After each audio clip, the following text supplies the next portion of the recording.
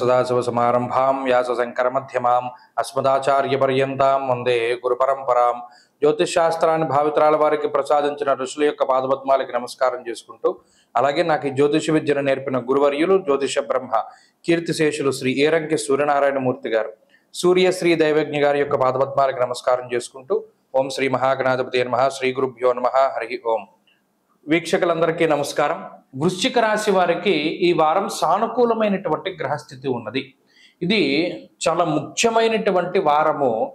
చాలా కాలం తర్వాత, ఒక నిజంగా చెప్పుకోవాలంటే 5-6 వారాల తర్వాత అంత స్థాయిలో గ్రహస్థితి అనుకూలంగా ఉండేటువంటి వారం వృశ్చిక రాశి వారికి. ఏమండి ఏం మారిపోయిందంటే అంతగా బాగుండడానికి అని అనుకోవచ్చు. ఇక్కడ 2 ప్రధానమైనటువంటి గ్రహాలు. ఒకటి రవి, దిగ్బలయుక్తుడైనటువంటి రవి, మామూలు గ్రహం కాదు. ఆత్మశత్రోత్సాహ వన పర్వతాది పితృకారకో సూర్య, దశమ కేంద్రమందు దిగ్బలయుక్తుడై ఉపచయ స్థానమందు అతి బలంగా ఉన్నటువంటి స్వక్షేత్రమందు మూల త్రికోణ స్థానమందు ఉన్నటువంటి రవి. ఇది గోచారవశాత్తు చాలా మంచిది.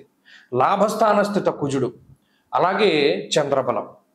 నిజానికి ఈ 3 చాలు. ఒకటి ఇచ్ఛాశక్తి, జ్ఞానశక్తి, క్రియాశక్తి కింద లెక్క. ఏమనుకుంటున్నామో అది పూర్తి చేయడానికి కావలసినటువంటి అన్ని శక్తుల్ని 3 ఇస్తాయి. రవి దశమంలో అర్ధసిద్ధి, సదారోగ్యం, బంధు సంతోషవర్ధనం. ఇక్కడ దశమంలో ఏకాదశంలో ఉన్నటువంటి రవి కుజుల వల్ల అర్ధసిద్ధి, సదారోగ్యము. ఒకటి ఆర్థిక అభివృద్ధి. వ్యవస్థ పతనమైపోయి ఉన్నటువంటి పరిస్థితుల్లో అష్టమంలో గురుడు ఉన్నారు. చాలా కష్టపడి సంపాదించుకున్నటువంటివి కూడా పరుల పాలు అయిపోతూ ఉన్నాయి. వస్తోంది ఆదాయం, కానీ అనవసరమైన ఖర్చులు ఉన్నాయి. చోరాగ్ని నృప భీతిశ్చ గాత్రగాంభీర్యనాశనం. చేతులు కట్టేసి కూర్చోబెడతారు.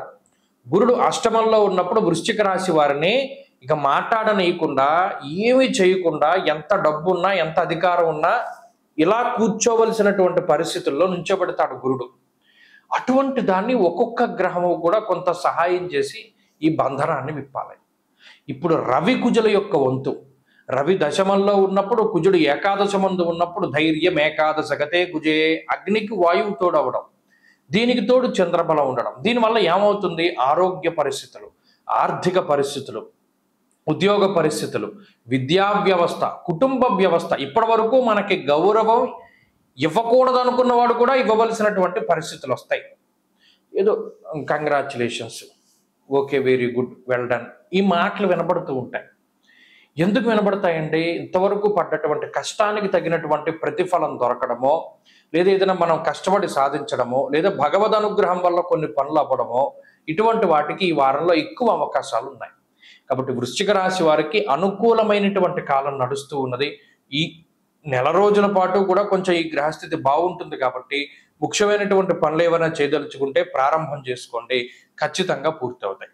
ఈ రాశి వారు ఈ వారంలో మరింత అనుకూలమైనటువంటి ఫలితాలను సాధించడానికై ప్రతిరోజు సిద్ధమంగళ స్తోత్రాన్ని చదువుతూ ఉండండి. ఈ వారంలో కలిసి వచ్చేటువంటి రోజు మంగళవారంగా చెప్పవచ్చును. అదృష్ట సంఖ్య 8, అదృష్ట వర్ణము లేత ఎరుపు రంగు. తదుపరి ధనురాశి.